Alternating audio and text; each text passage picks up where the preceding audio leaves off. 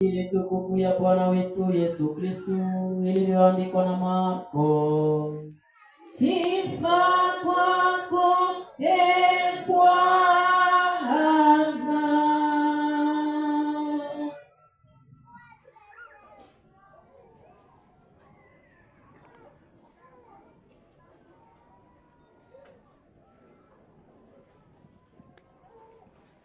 Marko kipindi cha 6 mstari wa 14 mpaka ule 29. Siku zile Mfalme Herode alisikia habari zake Yesu, maana jina lake limepata sifa. Watu walisema, Yohane Mbatizaji amefufuka katika wafu, ndiyo maana nguvu za kufanya miujiza zatenda kazi ndani yake. Wengine wakasema ni Eliya, wengine nao wakasema ni nabii sawa kama mmoja wa manabii. Lakini Herode aliposikia hayo akasema, yule Yohane niliyemkata kichwa, yeye amefufuka. Kwa kuwa Herode alikuwa ametuma watu wamkamate Yohane na kumfunga gerezani kwa ajili ya Herodia, mke wa Filipo nduguye, maana amemuoa. Kwa sababu Yohane alikuwa amemwambia Herode, huna ruhusa ya kukaa na mke wa ndugu yako.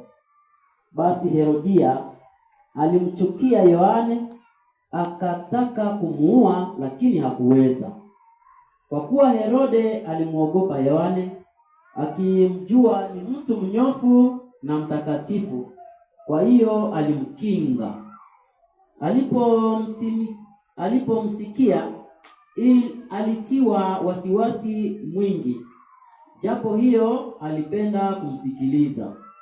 Ikaja siku ya kufaa, Herode alipowafanyia karamu wakuu wake na maakida wake na watu wenye cheo wa Galilea kwa ajili ya siku kuu ya kuzaliwa kwake, binti wa yule Herodia akaingia, akacheza ngoma, akampendeza Herode na wale waliokaa mezani pamoja naye. Mfalme akamwambia yule binti, niombe kila unalotaka nitakupa. Akamwapia, lolote utakalo niomba nitakupa, hata nusu ya ufalme wangu. Yule binti akatoka nje, akamuuliza mamaye, niombe nini? Huyo akajibu, kichwa chake Yohane Mbatizaji.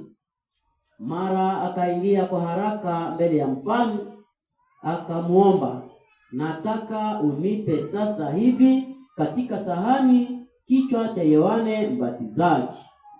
Mfalme akasikitika sana, lakini kwa ajili ya kiapo chake na kwa ajili ya wale waliokaa mezani hakutaka kumkatalia. Mara mfalme akatuma askari mmoja, akamwamuru alete kichwa chake Yohane. Askari akaenda, akamkata kichwa gerezani, akakileta kichwa katika sahani, akampa yule binti, naye binti akampa mamaye. Wafuasi wake Yohane wakapata habari, wakaja kutoa maiti, wakamweka kaburini. Tushangilie neno la Bwana. Utukuzwe Kristo.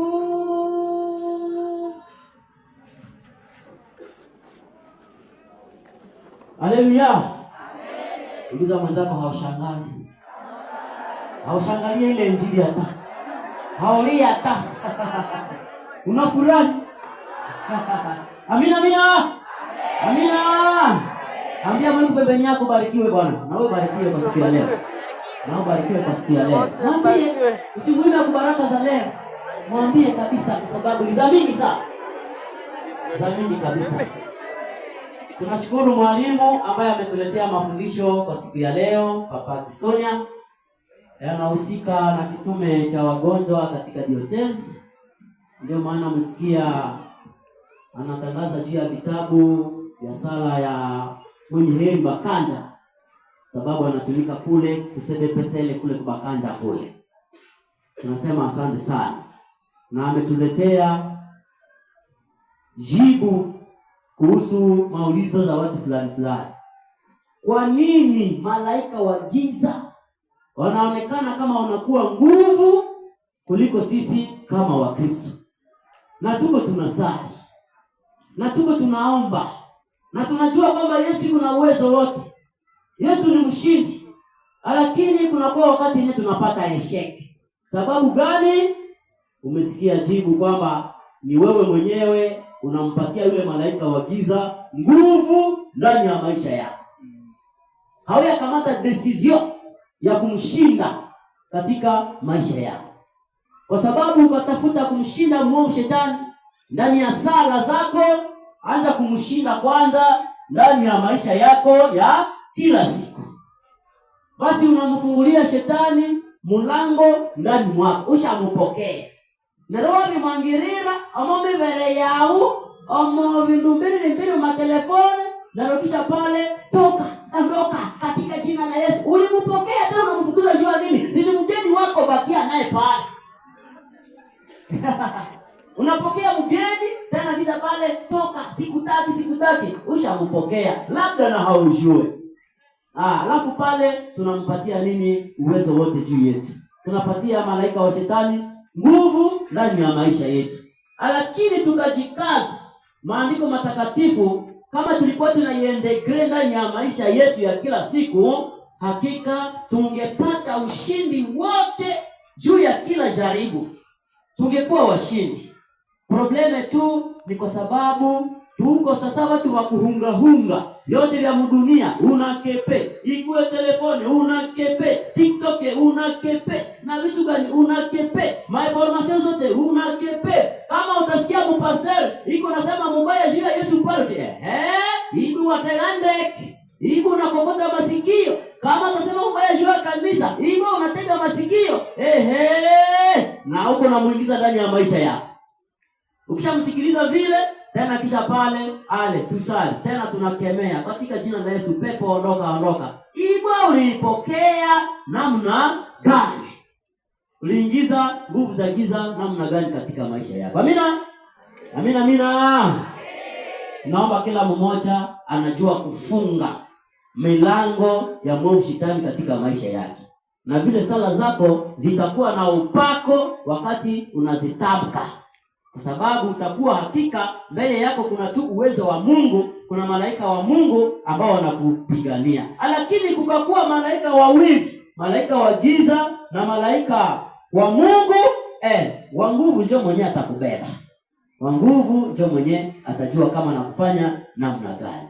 Maandiko matakatifu ya leo yanatuonesha watu wawili walioua. Sema utikuua. Walioua. Wa kwanza ni Daudi. Aliua nani? Aliua Goliathi na wengine maadui wote ambao walikuwa wanafika kuchokoza taifa la Israeli. Kwa sababu Daudi alikuwa mfalme na Mungu alikuwa pamoja naye, kwa sababu Mungu alimchagua kusudi aweze kukinga wana wake Israeli na hatari zote. Alafu hivyo alipigana vita na maadui waliofika kusumbua taifa la Israeli. Wa pili ndani ya Injili tunaona kwamba ni nani? Ni Herode. Herode naye mwenyewe anauisha nani? Anauisha Yohane Mbatizaji. Wao wote wawili waliua. Lakini mmoja anasifiwa. Daudi yeye anasifiwa kwa sababu aliua mzuri. Aliua mzuri. Wakairanda ikapita.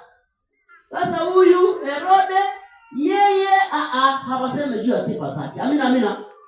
Okay. Sasa pale kuna maana mawili ya kuua. Sema utikuua. Ndio. Sasa kama Daudi anasifiwa sababu ameua, ni kwa sababu yeye alikuwa kwa upande wa Mungu. Na vita yake kupigana asijue na Goliathi na wengine mataifa ambayo ilikuwa inazuia taifa la Israeli kutembea katika amri za Mungu. Kulikuwa wafalme wale ambao walikuwa wanashurutisha taifa la Israeli kumwacha Mungu wa kweli ama kuabudu miungu, alafu ilimbidi sasa mfalme apiganie ile taifa la Israeli kusudi waendelee kumheshimu nani? Mungu.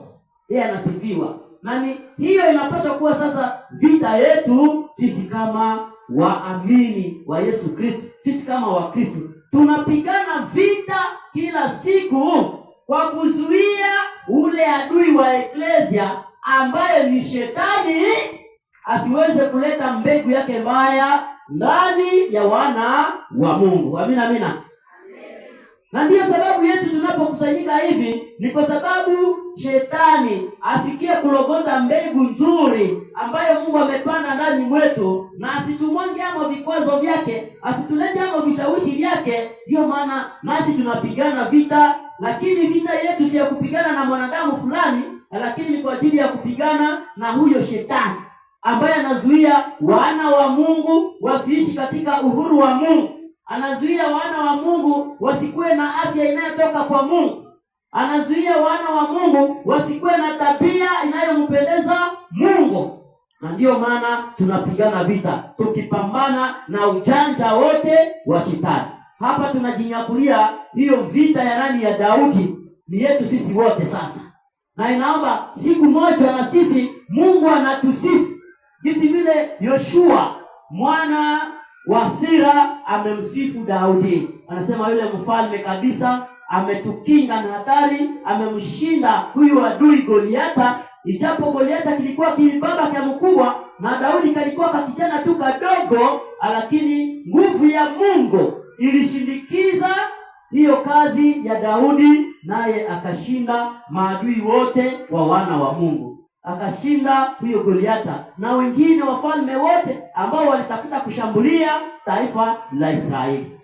Na inapaswa kuwa vita yetu, kama kunakuwa adui yoyote anayetafuta kushambulia jamaa yetu yote ya Wakristo, tunapaswa kupambana naye mpaka tumushinde. Amina, amina. Ambia mwenzako utashinda leo bwana, utashinda adui wako bwana. Utashinda adui wako. Hiyo najua kwamba kuna wengi hapa ambao wako na maadui wengi wasioonekana na wanaoonekana, lakini kama Mungu ni kwa upande wako, na kuambia usiogope. Huyo Mungu mwenye alikuwa pamoja na Daudi atakuwa pamoja nawe, atakuwa pamoja na jamaa yako, atakuwa pamoja na watoto wako. Usiogope chochote, kwani ushindi ni wa nani? Ni wa Mungu. Wote wenye kuwa kwa upande wa Mungu hawawezi kupata esheke.